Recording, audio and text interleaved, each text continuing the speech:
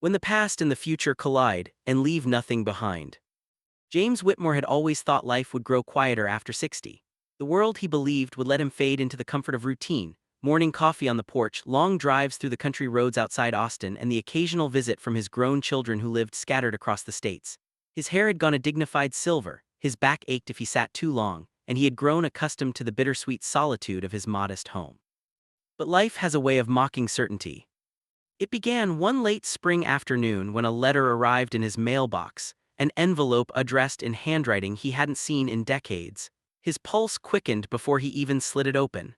Inside, a single sheet bore the name of the woman he had once loved with the ferocity of youth, Margaret Hayes.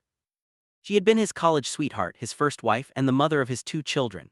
Their marriage had lasted 15 years, a turbulent union full of passion and conflict, before collapsing under the weight of arguments, betrayals, and disappointments neither could forgive at the time. They hadn't spoken in over 2 decades, save for brief exchanges at family milestones, weddings, funerals, graduations, where civility disguised the bitterness that lingered. Now the letter read simply, James, I'll be in Austin for a few weeks. I'd like to see you, for coffee, nothing more. Maggie. He held the letter for a long while, staring at the words until they blurred. Part of him wanted to ignore it. Another part, the part that remembered the way her laughter once filled his hollow days, longed to see her face again. 3 days later, he found himself at a cafe downtown, sitting by the window, waiting. When Margaret walked in, time folded. Her hair, once the color of chestnut, was now streaked with gray, but her eyes, sharp green, knowing, were exactly the same. She smiled when she saw him, a smile both familiar and foreign, and he felt something stir deep inside that he thought had been buried forever. They talked for hours, about their children, about the years that had passed, about the regrets that still weighed on them. Margaret confessed she had never remarried. He admitted his second marriage had ended in silence and distance. Beneath their words ran an undercurrent neither dared name, a recognition that despite everything, the fire between them had not been fully extinguished. That meeting led to another, then another. By the time 2 weeks had passed, James found himself sneaking out of his house with the furtiveness of a teenager, his heart hammering with anticipation each time he knew he would see her. It was both comforting and dangerous. Margaret was no longer the woman he once knew. She was softer now, less inclined to fight, more willing to simply sit beside him in silence. And yet, she was still Maggie, the woman who had once broken him open and shown him what it meant to feel alive. But just as the past was rekindling itself in the embers of his heart, the future came knocking in a form he had not expected. Her name was Alina. He met her at a community art class he had joined on a whim. She was 34, with dark hair that fell in waves to her shoulders and eyes that seemed to hold both mischief and melancholy. Unlike Margaret, she had no history with him, no baggage. She was curious, alive, and much to his disbelief interested in him. At first, James dismissed her attention as politeness.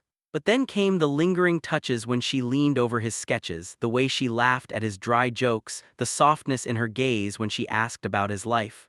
Slowly, impossibly, she began to peel away the armor he had built around himself.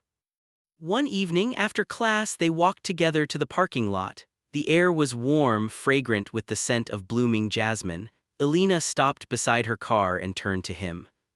You know, she said, her voice teasing but tinged with sincerity, you have the kind of eyes that don't lie, that's rare. He chuckled, uneasy. At my age, the eyes are the only part left worth looking at. But she didn't laugh. She touched his arm gently, and in that moment he felt a rush of something he hadn't felt in decades, the dizzying thrill of being desired. Over the next few weeks their connection deepened. She invited him for coffee, then dinners, then long drives where they talked about art, music, and the quiet loneliness they both carried. Alina confessed she had never married, though she had come close once. She said she was tired of men her age who either feared commitment or drowned themselves in distractions. With James, she said, she felt safe, seen. And James, against all reason, felt himself being pulled into a storm. He was 62, she was 34. He told himself it was foolish, that it would never last. But each time Alina laughed, each time her hand brushed his, he forgot logic, he forgot caution. Soon, his life became a balancing act between two worlds. Afternoons with Margaret reminiscing about the past, sharing the comfort of old love. Evenings with Alina chasing the wild, electric charge of something new. It should have been impossible, yet somehow he convinced himself it could be managed. He told neither woman about the other, clinging to both as though they were lifelines, one tethering him to the history he could not let go, the other pulling him toward a future he knew was fragile but intoxicating. But secrets have a way of surfacing. The first crack appeared when Margaret asked him to join her for a family dinner with their children. It would be a small gathering, she said, just to reconnect, to remind their children that they could be civil, perhaps even warm. James hesitated but agreed, believing it harmless. The night of the dinner, as he sat across from Margaret and watched their children laugh at stories they hadn't shared in years, he felt a strange fullness in his chest. For a brief, fleeting moment, he imagined what it might be like to reclaim the life they had lost, to rebuild something from the ruins. But the next evening, when he met Alina at a small jazz bar, the sight of her in a red dress, her eyes alight with anticipation, sent all thoughts of Margaret scattering. Alina leaned close, whispered that she had missed him, and James surrendered once more to the impossible dream of having both worlds at once. Yet the deeper he sank into the triangle, the heavier the weight on his conscience grew. He knew it couldn't last. He knew someone would be hurt. But he was greedy for love, starved after so many years of emptiness, and so he continued, telling himself he would figure it out later. Later came sooner than he expected. It happened on a Sunday afternoon when Margaret suggested they attend an art exhibit together. James, forgetting entirely that it was the same event Alina had invited him to weeks earlier, agreed. When they arrived at the gallery, Margaret on his arm, his blood turned cold. Across the room, in front of a painting of a stormy sea, stood Alina. Their eyes met. And in that single, searing instant, the fragile illusion of his double life began to collapse. The moment James saw Alina at the gallery, standing no more than 30 feet away with her lips parted in shock, his stomach lurched as though the ground had given way. Margaret followed his gaze and frowned. "Do you know her?" she asked. James's mouth went dry. Alina, recovering from her surprise, began walking toward them. Every step she took seemed deliberate, heavy, as if carrying the weight of a truth that could no longer stay hidden. When she reached them, Alina's eyes flicked from James to Margaret and back again. "So," she said softly, "this is what you've been keeping from me." Margaret's frown deepened. "James." He opened his mouth, but no words came. His tongue felt useless, his chest locked. Alina gave a tight, trembling smile.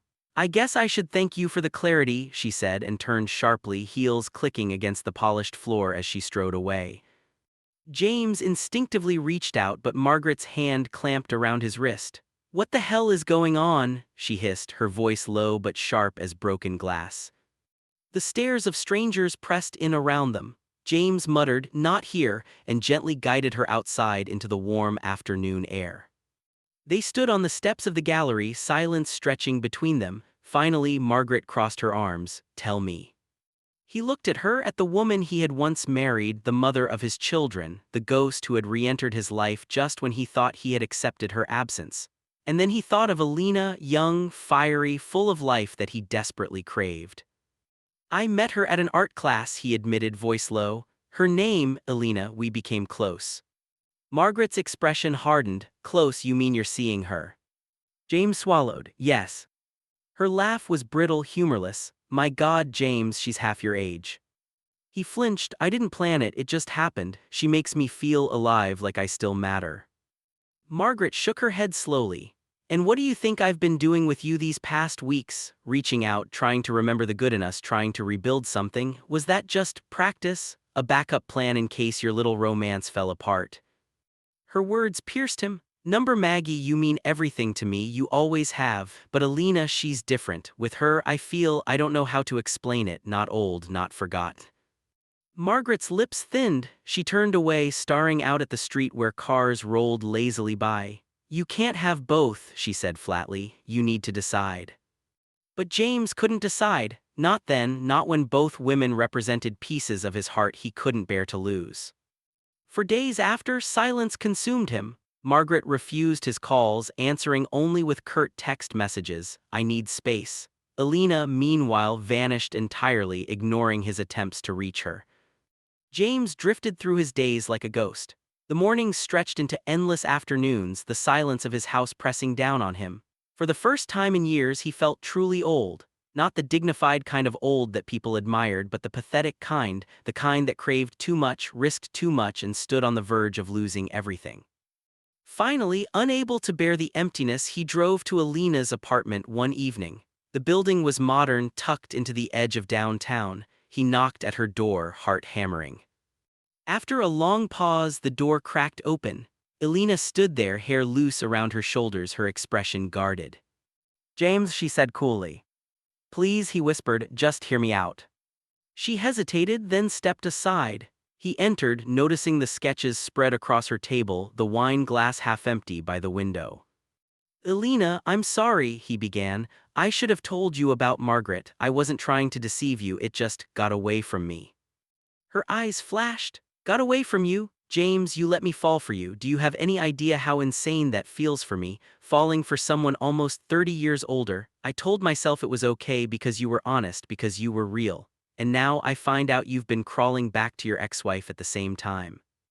He reached for her hand, but she pulled away. "It's not like that. Margaret is history, complicated history, but you're the future." Alina laughed bitterly. "Future? Do you even believe that yourself? James, in 10 years you'll be in your 70s, I'll still be barely 45. What happens then? Do I become your caretaker while you waste away?" Her words cut deep, though he knew she spoke the truth. Still, he whispered, "I don't care about years, I care about you." She shook her head, tears glimmering in her eyes. "It's not that simple. Love isn't just about feelings, it's about timing, about reality, and reality says this is doomed." James stepped closer, desperate. "Don't say that, please don't give up on us." Alina turned away, wiping her face. "I need time," she said softly. "Maybe space, just don't call me for a while." And with that, the door closed behind him, leaving James in the dim hallway, his chest hollow. The following week Margaret called. Her voice was steady, but there was an edge of finality to it. "I've thought about everything," she said. "I reached out to you because I wanted to see if we could salvage something, but now I realize maybe some doors are better left closed." James felt his throat tighten. "Maggie, don't say that, I still." "You don't know what you want," she interrupted. "And I won't be strung along while you chase some fantasy with a woman who could be your daughter." Her words stung more than he wanted to admit. "It's not a fantasy," he murmured. "Then go to her," Margaret said, "but don't come back to me when it falls apart." The line went dead. James sat in silence, staring at the phone, feeling as though the walls of his life were collapsing inward. Weeks turned into months. His children noticed the change in him, his distracted air, his sudden silences, but he offered no explanations. He tried once more to reach Alina, but her responses grew briefer, more distant, until finally she stopped replying altogether. Margaret, too, disappeared back into her own world, leaving James stranded between the ruins of the past and the mirage of what might have been. Yet he could not let go. He replayed every moment with them, the way Margaret's hand had felt familiar and grounding, the way Alina's laughter had lit up his darkened days. He wanted both, needed both, and in the end lost them both. One autumn evening he sat alone on his porch, the wind scattering dead leaves across the yard. The sun dipped below the horizon, painting the sky in bruised colors. James closed his eyes and whispered into the dusk, "I'm sorry." Sorry to Margaret for failing her twice. Sorry to Alina for offering her dreams he couldn't make real. Sorry to himself for not choosing, for not being braver, for letting greed and fear steal the last chance at love he might ever have. The silence offered no reply. But in that silence he knew, the fracture he had caused could never be repaired. Winter came early that year in Texas. The air turned crisp, the nights lengthened, and James found himself retreating further into solitude. He told himself he needed the quiet, but in truth, it was a shield, a way to avoid the weight of what he had done. The gallery incident had left scars on both Margaret and Alina, but for James it was a slow unraveling. His phone stayed silent most days, the only calls from his doctor's office or automated reminders about bills. Even his children, who used to check in occasionally, grew distant. His daughter texted once, "Dad, are you okay? You seem off lately." He typed and erased several replies before finally sending back, "I'm fine, just tired." But he wasn't fine. At night, memories attacked him. He would lie awake, staring at the ceiling, replaying the sound of Alina's laughter, the softness in Margaret's eyes when they first reunited. He wondered if fate had handed him a final chance at happiness too, in fact, and he had squandered them both with cowardice. One evening, after too much bourbon, he scrolled through old photographs on his phone. There was one of Alina, taken during a drive in the hill country. Her hair was windblown, her eyes crinkled from laughter. He had caught her mid-smile, and looking at it now, his chest ached with longing. He almost called her, his thumb hovering over her name, but he stopped himself. He knew it was useless. And then there was Margaret. He dug through a box of old keepsakes in the attic and found their wedding photo. She had been radiant in lace, he impossibly young in a suit that no longer existed. They had looked at each other like two people who believed the world belonged to them. How could something so sure, so fierce, have fallen apart twice? The questions tormented him. Months passed. James tried distractions, woodworking in the garage, volunteering at the library, even dating apps recommended by a neighbor, but nothing stuck. The women he met were either too jaded, too uninterested, or too quick to ask about pensions and health insurance. None carried the fire of Alina or the familiarity of Margaret. He began to notice his body failing him more. His knees protested during walks, his back ached constantly, and the doctor mentioned concerns about his heart. James brushed it off, but privately he wondered if time itself was punishing him, hastening his decline for daring to desire too much. One spring afternoon he attended his granddaughter's birthday party. The house was filled with noise, children laughing, adults talking, but James felt like a ghost wandering through the crowd. At one point he caught sight of Margaret across the room. She was laughing with their son, her face softer than he remembered. For a moment he thought about approaching her, about saying something, anything to bridge the chasm between them. But when their eyes met, Margaret looked away, her expression unreadable. The message was clear: she had moved on, even if only inwardly. Later, when James stood alone on the back porch, his son joined him. "Dad," he said carefully, "I don't know what happened between you and Mom recently, but whatever it was, it's tearing you up. Maybe it's time to let it go." James forced a smile. "I'm fine." But his son saw through it. "You don't look fine."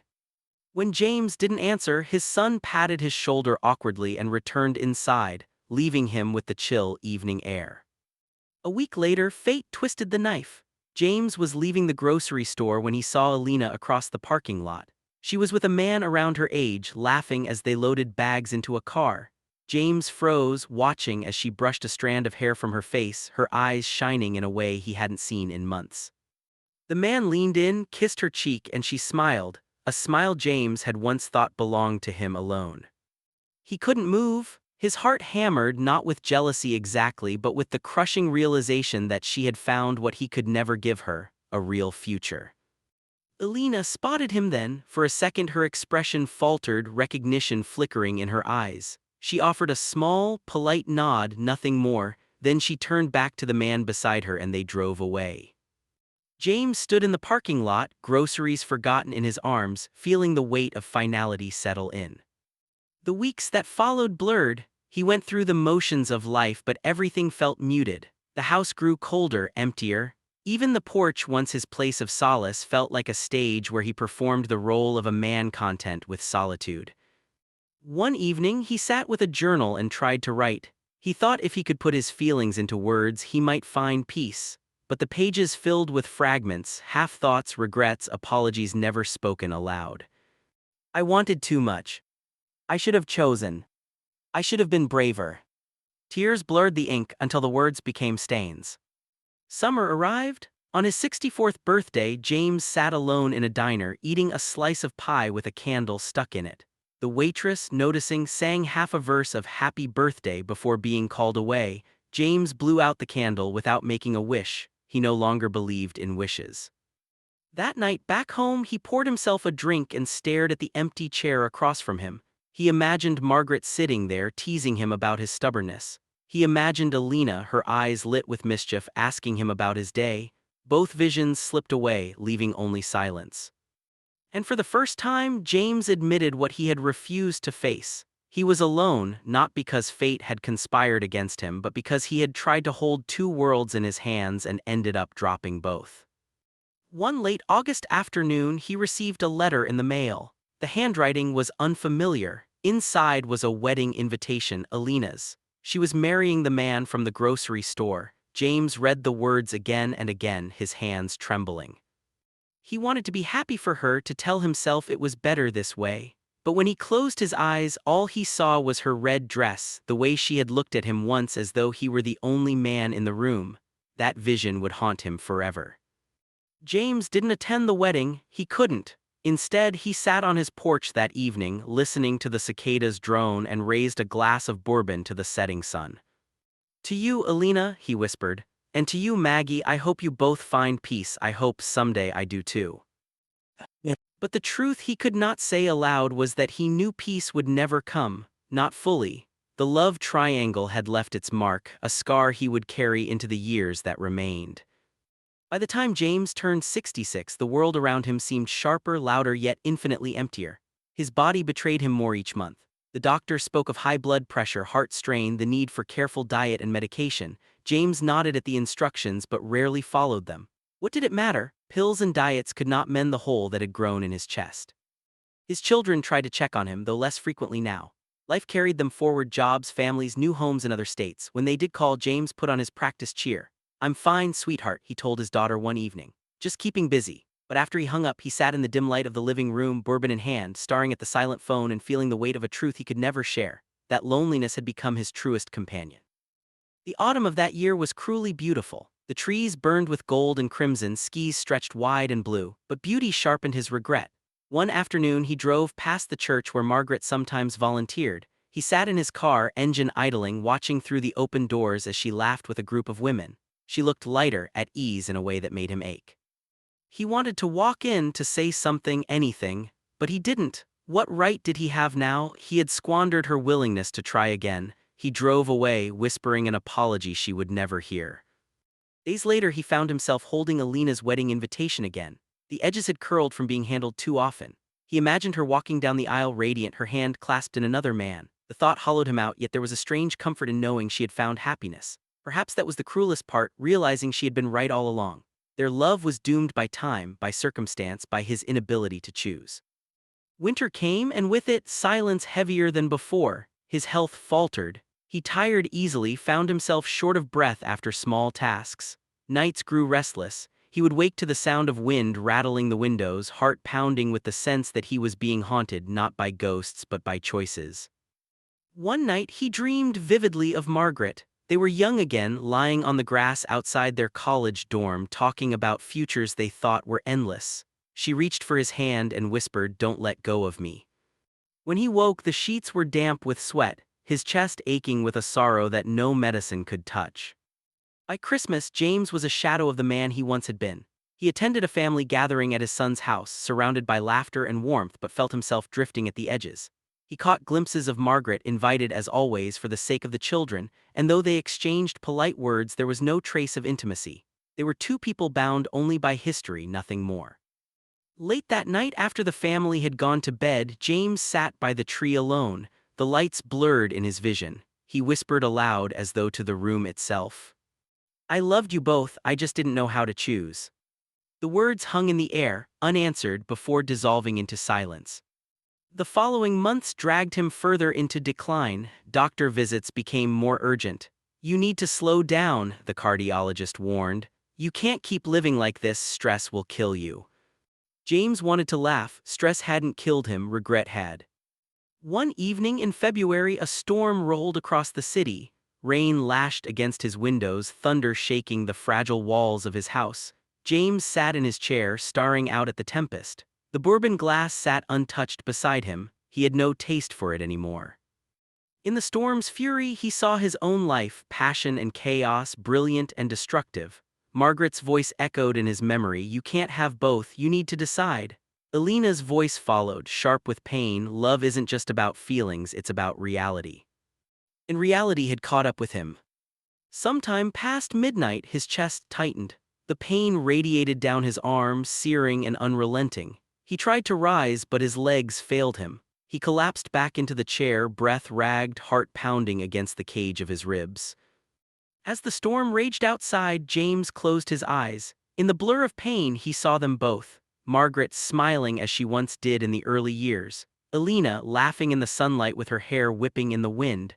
both faces, both voices colliding in his fading consciousness.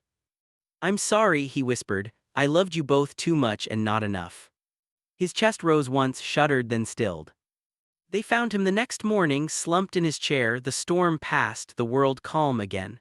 The house smelled faintly of rain and bourbon.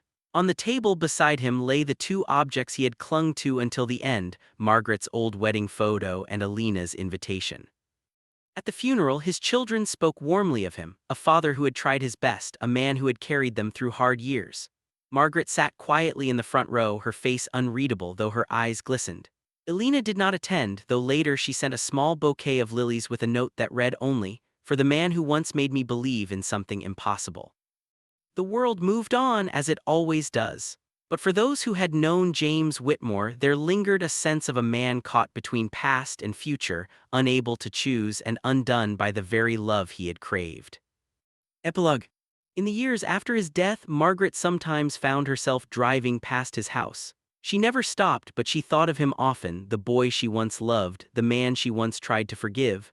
There was sadness, yes, but also a kind of relief. Some loves were too heavy to carry forever. Alina, meanwhile, lived her new life. She seldom spoke of James, but every now and then, when the wind carried a certain scent or when she saw a man with silver hair sketching in a park, her heart caught. For a fleeting moment, she remembered what it felt like to be desired across impossible years, and though she shook the memory away, it never truly left.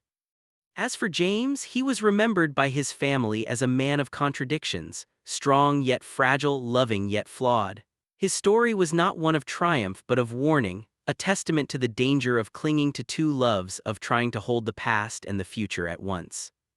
For in the end he had lost both.